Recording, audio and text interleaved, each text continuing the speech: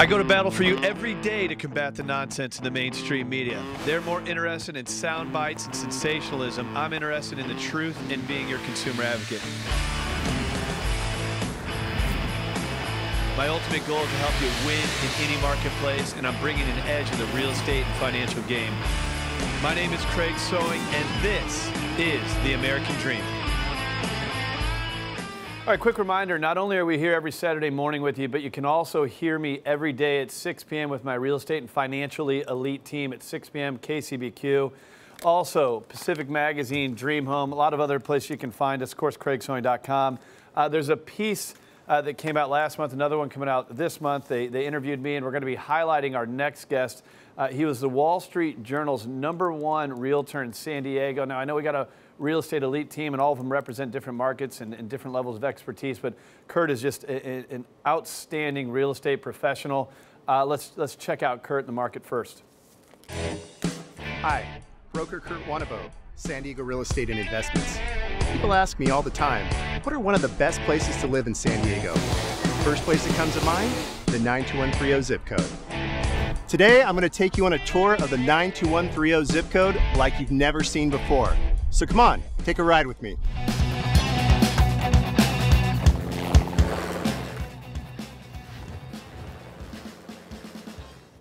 I forgot to mention he's also a helicopter pilot. Yeah, right. Kurt Wannebo, good to see you, man. How are you? So out of the Carmel Valley marketplace. 92130, all of it. Yeah, so you cover a whole wide range of areas. You were on the radio show this week. We talked a lot about affordability, a lot of great information. I always say how you're 60 to 90 days ahead of the rest of the media. So a lot for you to talk about. Also some articles that were in online earlier this week, and we're going to break down some zip code maps.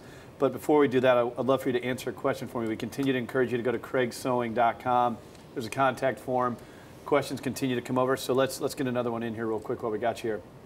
Craig, what do you think will happen with mortgage rates this year?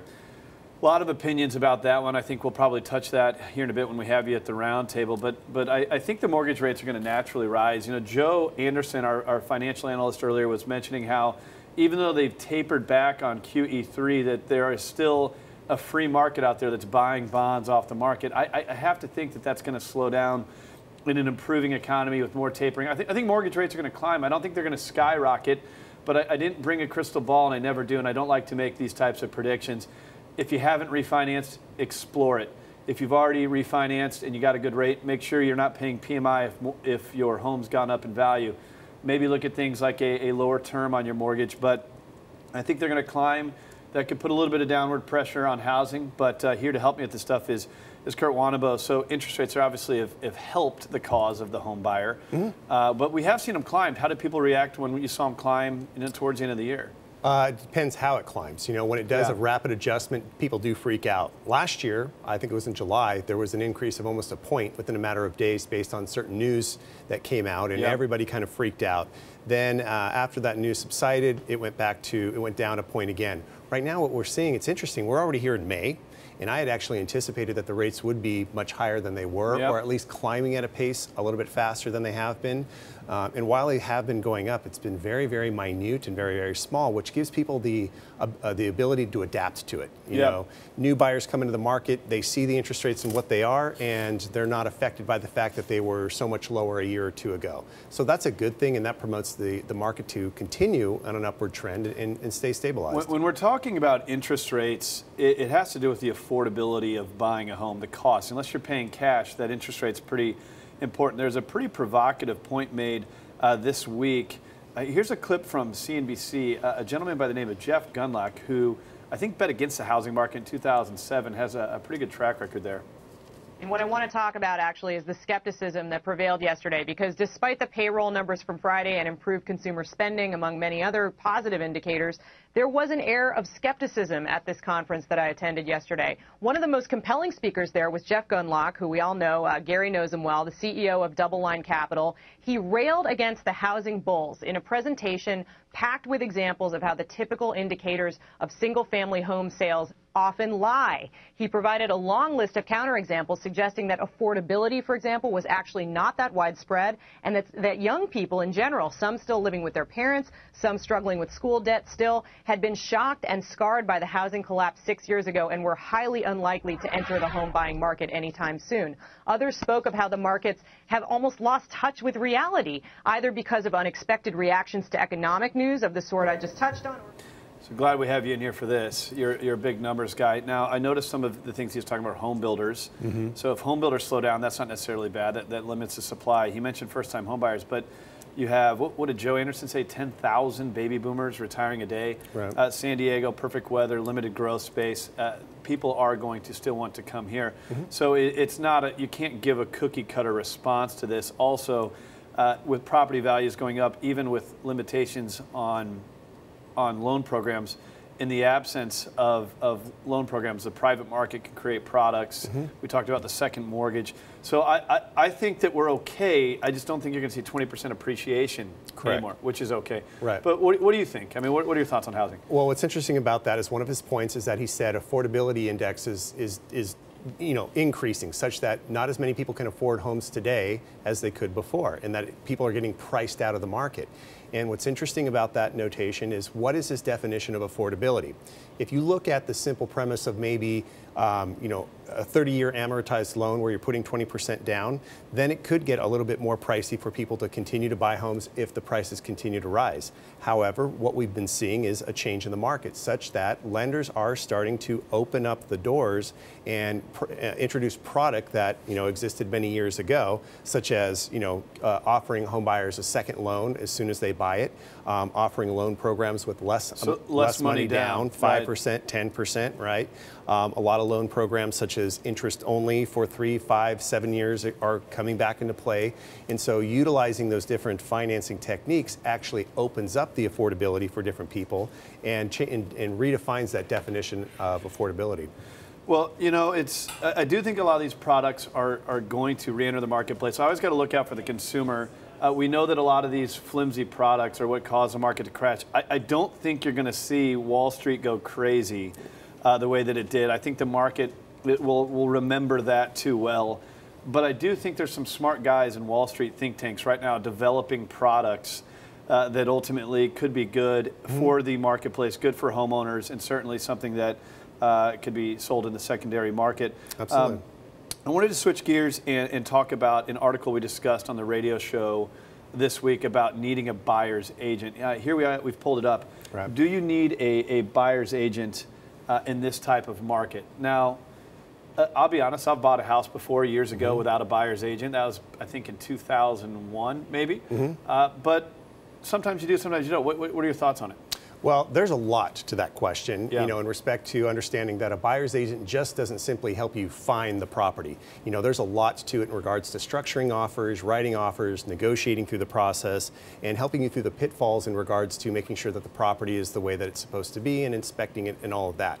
One of the number one things consumers essentially feel right now is that they don't need really a real estate agent to help them find the homes that are on the market. Right? See, I think now with low inventory, you need it more than probably ever before. But also, I want to keep in mind here that you control a lot of listings, and you have a whole team of buyer's agents. If I'm a buyer's agent out in the marketplace and I'm on your team, and there's not much inventory out there, but I can go to one of the best and highest volume brokers in the county and say, hey, Kurt, what do you have? I think those connections and the relationships of the business would help.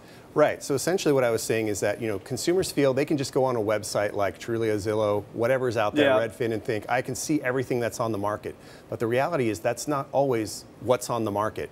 When you're working with an agent who's very heavily ingrained in a community and doing a lot of transactions in a certain area, what happens is naturally people reach out to me and explain that they're thinking about selling in the next 3 to 6 months, or they would entertain offers. Shadow inventory, is that a well, it's fair way not to really describe it? shadow inventory, and it's not what other people call per se pocket listings. This is me just having my ear to the ground and knowing what's going on with the community and the home sellers out there. I think a really good point is we've become this world now that has access to technology. You click a mouse, right? And I mean, 21-year-olds now are practically born with a mouse in their hand, so you can get a lot of this information, especially on real estate, but that creates a sea of misinformation. It's very polluted.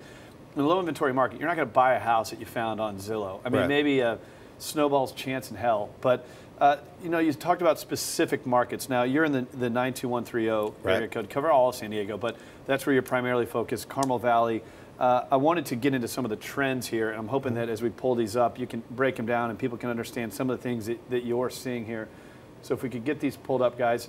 So I'll pull this over to you so you can see it a little bit better. Right. But I mean, if we're charting the trends, what are some of the things we can go ahead and take over? And so this is essentially an inventory map or an inventory chart for the past year in this zip code. Okay. Okay. You can see how cyclically it goes up on the left side, which is essentially where we were in the spring and summer, or 1 year ago in May, and then it dips down seasonally.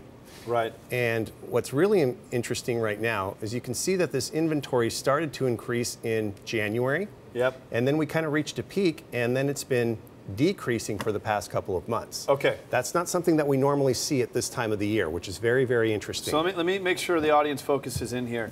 So we're spring season. A lot of homes go on the market, but Kurt's identifying the fact that you can see from the last 90-day trends, inventory dipping down a little bit. Right.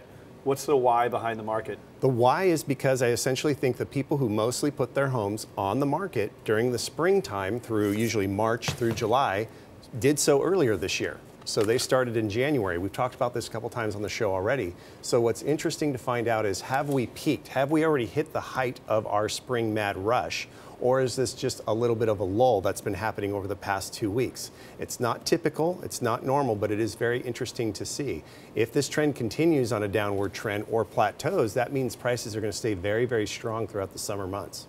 Great analysis. Look, Kurt does these reports specific to each market. That was 92130, but he can do this for any zip code that you're in. If you own a home and you'd like to see a free report of your market, go to brokerkurt.com. Kurt will give this to you today for free.